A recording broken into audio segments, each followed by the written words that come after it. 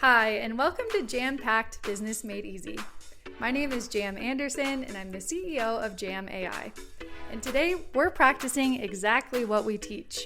You're about to listen to a podcast that's truly automated with our AI hosts, who are now our new friends. We also would like to invite you to listen to our podcasts that come out every Friday, where Flora is interviewing entrepreneurs just like you. We're exploring authentic challenges and discovering practical solutions together. Speaking of community, if you're looking for a community, you can find us on the School platform. Just search for the #1 community for entrepreneurs. All right, let's dive in. Okay, let's unpack this. You know, that feeling of being perpetually busy, but maybe not truly productive. That constant mental juggle, right? The endless emails, the tasks that just drain your energy, but don't seem to add real value. Yeah, absolutely. That hamster wheel feeling. Exactly. Yeah.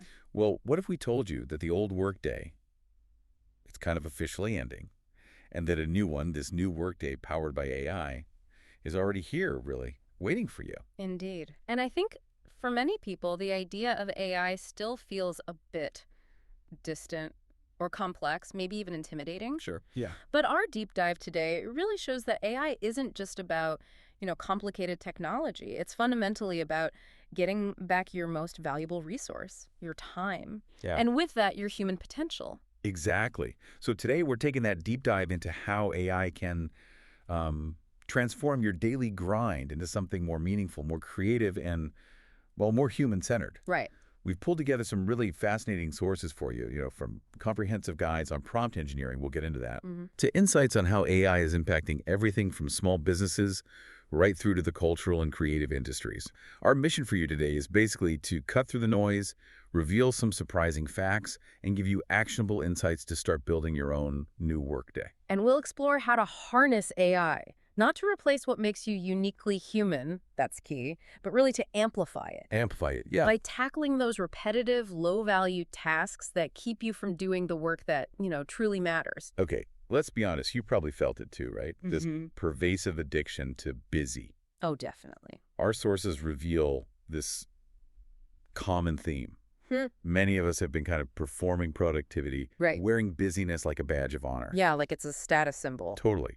We stuffed our calendars edge to edge, watched our inboxes just overflow, and treated those dark circles under our eyes like, I don't know, corporate status symbols or something. We even convinced ourselves, and this is a quote from one source, we confused exhaustion with accomplishment. But underneath all that, most of us were just sort of surviving the noise. That idea of performing productivity, it really resonates. And our sources highlight that this isn't just a personal feeling, it's actually a systemic issue. Right. The old workday, it wasn't really designed for human flourishing, was it? It was more for maximum output, often optimizing for completely the wrong things. Yeah. And think about the silent cost of that. All that valuable time to think deeply, time for family, time for just joy, often traded for endless urgent requests that, let's be real, weren't truly urgent most of the time. Absolutely. I remember reading this anecdote about a leader named David. He had to cut short his daughter Sarah's 8th birthday party. Oh, no. Yeah, for a critical client call. And only later did he realize that the issue could easily have waited till the next morning. It's a small story, but it just perfectly illustrates how these little encroachments, they add up, right? They really do. Stealing moments that actually matter. It makes you wonder, doesn't it? What if we could get those moments back? Precisely. This relentless pursuit of busyness, it ultimately stole valuable time, creativity, connection. And what's truly fascinating is how events like, the pandemic served as a massive wake-up call for so many. Huge, yeah. When people were forced to pause and rethink, they started asking, okay, what if results mattered more than just being present? Right, like actually doing things versus just being there. Exactly. And suddenly the cracks in that old workday became undeniable. It prompted us to question if there was, a better way. Okay, so here's where it gets really interesting. The headlines, they often paint this picture of AI as the job stealer, the villain coming to take over. Big bad robot. Yeah, exactly. But our sources offer this really powerful counter-narrative. AI isn't the villain, it's more like the co-pilot you've been waiting for. Co-pilot. I like that. Yeah.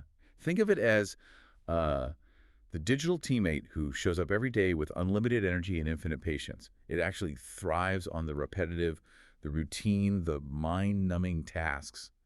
The stuff that feels like busy work for breakfast, lunch, and dinner. That's such a crucial distinction. And if we connect this to the bigger picture, this whole shift isn't about becoming less human. It's actually about becoming more human. More human, right? The goal isn't necessarily to master every single AI tool out there, but to master ourselves by leveraging AI to free up our unique human skills. Ah, okay. It's moving from just grinding to actually creating, from reacting all the time to leading. This is a fundamental redefinition of what value even means in the workplace. And to give you a really concrete example from our sources, take Rachel. She's a marketing agency owner. She was just swamped, right? Drowning in admin tasks. I can picture it. So by strategically using AI, she managed to get 10 hours back every single week. 10 hours. Wow. Yeah. AI drafted her proposals, it summarized client calls, brainstormed campaign ideas, even wrote social media content. And guess what happened? What? More time, obviously, but... Her revenue increased by 40%. Wow. Okay. Because she could finally focus on the high-value, strategic, creative work that only she could do. That's the gift of space. AI offers not just, physical space on your calendar, but emotional and mental space too, for creativity, for strategic thinking, for genuine presence. Rachel's story is just a perfect illustration of how AI can amplify human potential. It takes those tasks that just drain our energy and basically hands them over to a tireless digital assistant. Right. And the outcome, you're left with the bandwidth to engage in work that truly leverages your human strengths, which, as we saw with Rachel, leads to greater impact and probably more fulfillment, too. Okay, so you're probably thinking, all right, this sounds great, but where do I even start? It still feels pretty overwhelming. And you're not alone. Not at all. It's a common feeling. Our sources consistently highlight that a staggering, get this, 96.2% of small businesses haven't even started using AI agents yet. 96%, that's huge. It's huge.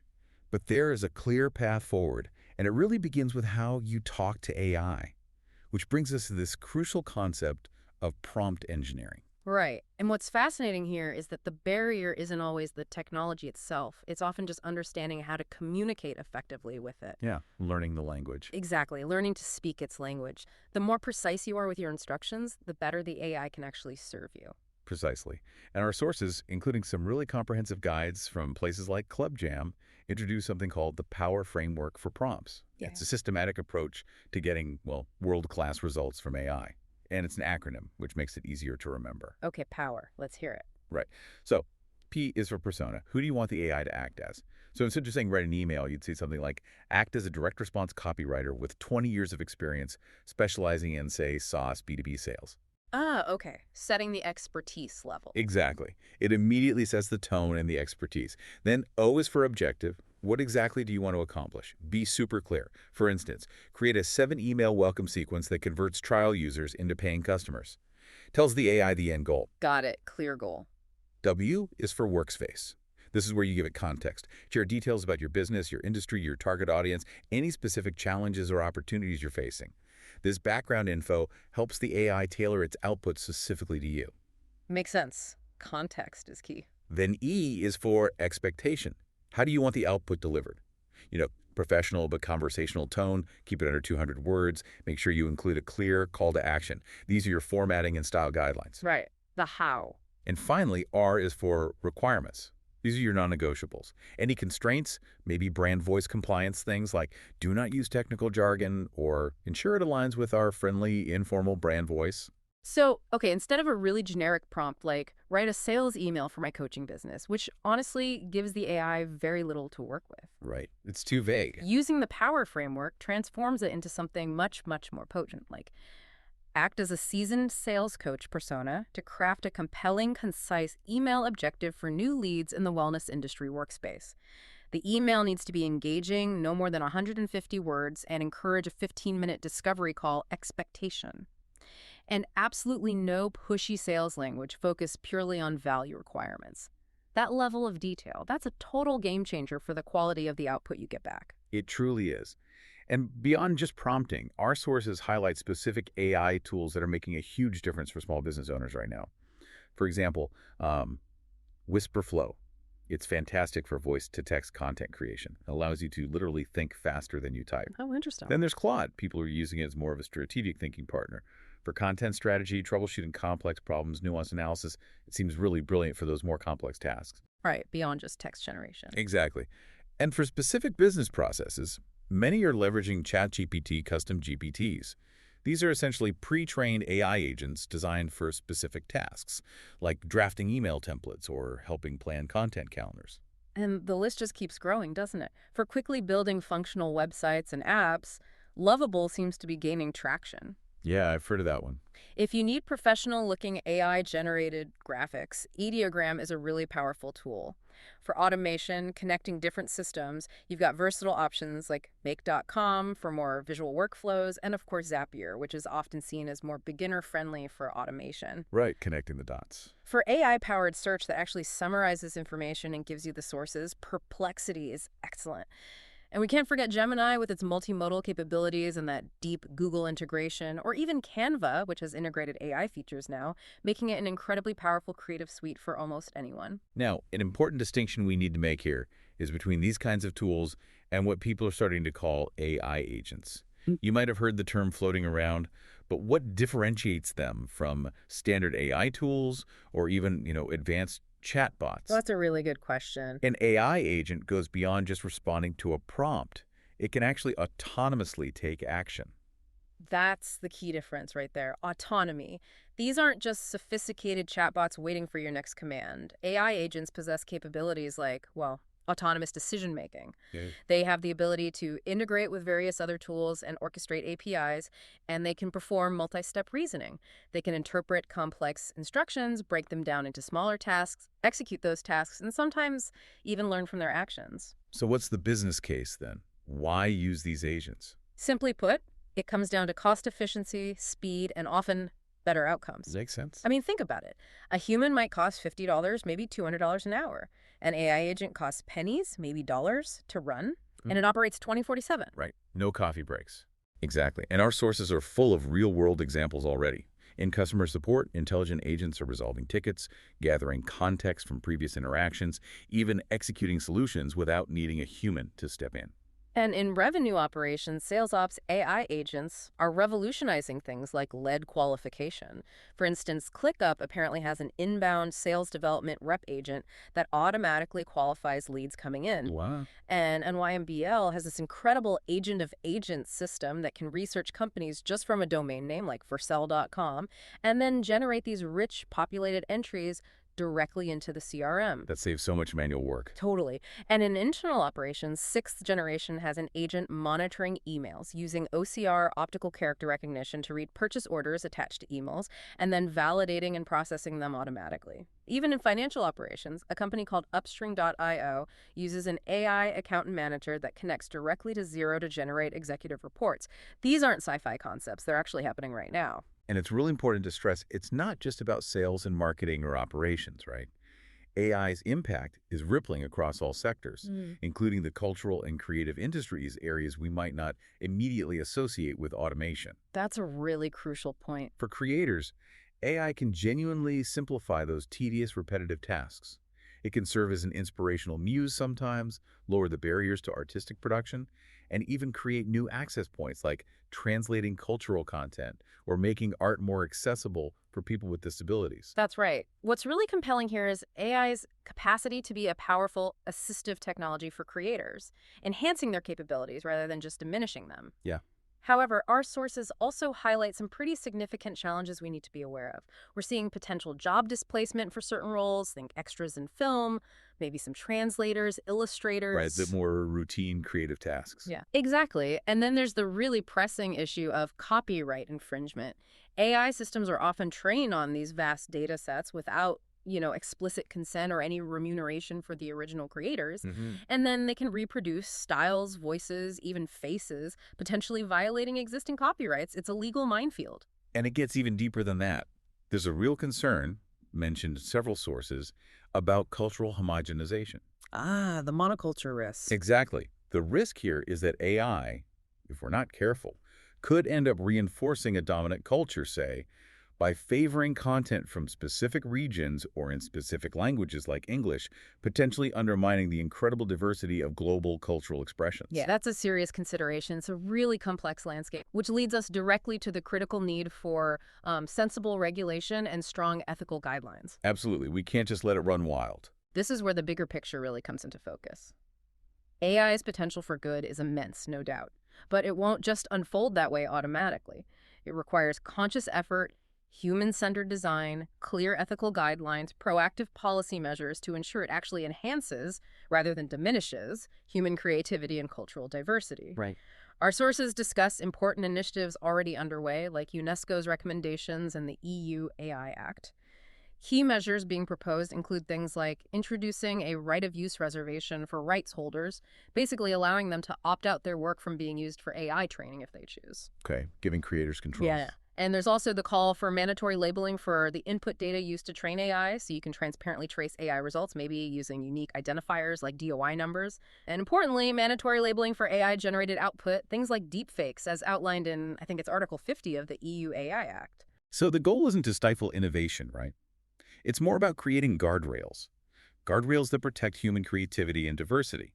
Imagine how human-centered AI could actually help preserve endangered cultural expressions, like rare languages or folktales. Or improve global participation, especially for communities in the Global South, giving more voices a platform. It really raises an important question, though. What part of your unique human essence will you choose to amplify with these tools? Because the ultimate promise of this new era, it isn't just about efficiency, is it? It's a profound opportunity to reconnect with what makes us uniquely human in the first place. That's exactly where we bring it all back home. We've talked a lot about what AI can do, but let's shift focus now to what only you can do. The irreplaceable stuff. Yes. When AI takes over the busy work, what's left is your unique human edge. Our sources really emphasize that AI doesn't strip away humanity. If used right, it actually gives it back. It replaces the tasks that make you tired so you can truly express your creativity, your vision, your empathy, your deeper connection. What's truly fascinating here, I think, is that the future of work. It probably won't belong to those who know AI best, but maybe to those who know themselves best. Oh, interesting take. Your real work isn't managing your inbox or your calendar, right? It's your leadership, your vision, your courage, your humanity. This shift offers an incredible opportunity to redefine success entirely on your own terms. And to really drive that point home, let's consider Marcus. He's a leader at a software company. Mentioned in one article, he was just drowning in reports and meeting summaries sound familiar. Very familiar. So he adopted AI to automate these specific tasks, freeing up about 8 hours a week for him. Now, instead of just taking that time for more meetings or more admin, He invested it differently. exactly. He invested it in his people. He fostered genuine conversations, offered one-on-one mentoring, led these really innovative brainstorming sessions with his teams, and the result, higher employee engagement and accelerated product innovation. Marcus didn't become obsolete. He became a better, more human leader. Marcus's story perfectly illustrates that in this emerging new workday, success isn't measured just by hours logged or emails sent. It's fundamentally about impact over activity. Yes. It's about depth over breadth. It's about relationships over transactions. It's about vision over just execution. And perhaps most importantly, it's about managing your energy over just your hours. Energy over hours. I like that. It's about focusing on what truly matters, the unique contributions that only you as a human can make. So what does all this mean for you, our dedicated listener tuning in right now? It means the future isn't just coming, it's actually here. And you get to shape it. You're in the driver's seat. You are. You have the power right now to step into this new workday, to start releasing yourself from those tasks that just drain you, and to embrace the work that truly gives you life. Our deep dive today, hopefully, revealed some practical frameworks like that power method for prompts, a whole suite of powerful AI tools you can explore, and some inspiring examples of how businesses and individuals are already transforming their operations. And we also highlighted those critical considerations for ensuring AI benefits everyone, especially in the creative and cultural spheres.